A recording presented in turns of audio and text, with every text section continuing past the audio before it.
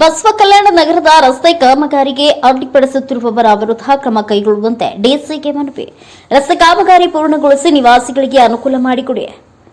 ನಗರದ 10ನೇ ವಾರ್ಡ್ನ ಕರಿನಂಜನಪುರ ಹೊಸ ಬಡಾವಣೆಯ ಬಸವಕಲ್ಯಾಣ ನಗರದ ಸಾರ್ವಜನಿಕ ಮುಖ್ಯ ರಸ್ತೆಯ ಕಾಮಗಾರಿಗೆ ಅಡ್ಡಿಪಡಿಸುತ್ತಿರುವವರ ವಿರುದ್ಧ ಕ್ರಮ ಕೈಗೊಂಡು ರಸ್ತೆ ಕಾಮಗಾರಿ ಪೂರ್ಣಗೊಳಿಸಿಕೊಡಬೇಕು ಎಂದು ಒತ್ತಾಯಿಸಿ ನಿವಾಸಿಗಳು ನಗರದ ಜಿಲ್ಲಾಡಳಿತ ಭವನದಲ್ಲಿ ಜಿಲ್ಲಾಧಿಕಾರಿ ಶಿಲ್ಪಾ ನಾಗ್ ಅವರಿಗೆ ಮನವಿ ಸಲ್ಲಿಸಿದರು. ಬಡಾವಣೆಯ ನಡುವೆ ಹಾದು ಹೋಗುವ ರಾಮಸಮುದ್ರದಿಂದ ಕರಿನಂಜನಪುರಕ್ಕೆ ಹೋಗುವ ರಸ್ತೆ ಕಾಮಗಾರಿಗೆ ಅಡ್ಡಿಪಡಿಸಿದ್ದಾರೆ. ಇದರಿಂದ ನಿವಾಸಿಗಳಿಗೆ ತೊಂದರೆ ಉಂಟಾಗಿದೆ. ರಸ್ತೆಯ ಪೂರ್ಣಾಂಗ ಭಾಗಗಳಲ್ಲಿ ಅನೇಕ ಖಾಸಗಿ ಬಡಾವಣೆಗಳು ನಿರ್ಮಾಣವಾಗುತ್ತಿವೆ.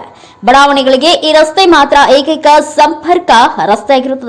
ರಸ್ತೆಗೆ ಸರ್ಕಾರ ಒಳಚರಂಡಿಯನ್ನ ಸಹ ಮಾಡಿಸಿರುತ್ತದೆ ಮತ್ತು ಬಡಾವಣೆಗಳ ನಿವಾಸಿಗಳಾದ ನಮ್ಮೆಲ್ಲರ ಒತ್ತಾಯದ ಮೇರೆಗೆ ರಸ್ತೆ ಕಾಮಗಾರಿ ಸಹ ಪ್ರಾರಂಭವಾಗಿರುತ್ತದೆ. ರಸ್ತೆಯ ಪಶ್ಚಿಮ ಭಾಗದಲ್ಲಿ ಕರಿನಂಜನಪುರದ ಮಹಾದೇವಯ್ಯನವರ ಹೆಂಡತಿ ಸಾಕಮ್ಮ ಎಂಬುವರು ಸರ್ವೆ ನಂಬರ್ 168/1ರಲ್ಲಿ ಬಡಾವಣೆಯನ್ನ ನಿರ್ಮಿಸಿರುತ್ತಾರೆ.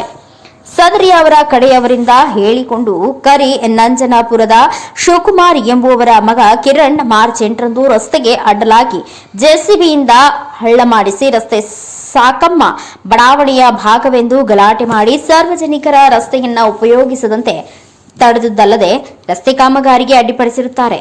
ಈ ಸಂದರ್ಭದಲ್ಲಿ ನಾವು ಮತ್ತು ಇತರ ಬಡಾವಣೆಯ ಸಾರ್ವಜನಿಕರು ಪ್ರತಿಭಟಿಸಿ ರಸ್ತೆಗೆ ಅಡ್ಡಲಾಗಿ ಮಾಡಿಸಿದ್ದ ಹಳ್ಳವನ್ನ ಮುಚ್ಚಿಸಿ ಜನರ ಓಡಾಟಕ್ಕೆ ಅನುಕೂಲ ಮಾಡಿಕೊಟ್ಟಿರುತ್ತೇವೆ. ರಸ್ತೆಗೂ ಕಾಮಗಾರಿಗೆ ಅಡ್ಡಿಪಡಿಸಿದ ವ್ಯಕ್ತಿಗೂ ಯಾವುದೇ ಸಂಬಂಧವಿರುವುದಿಲ್ಲ.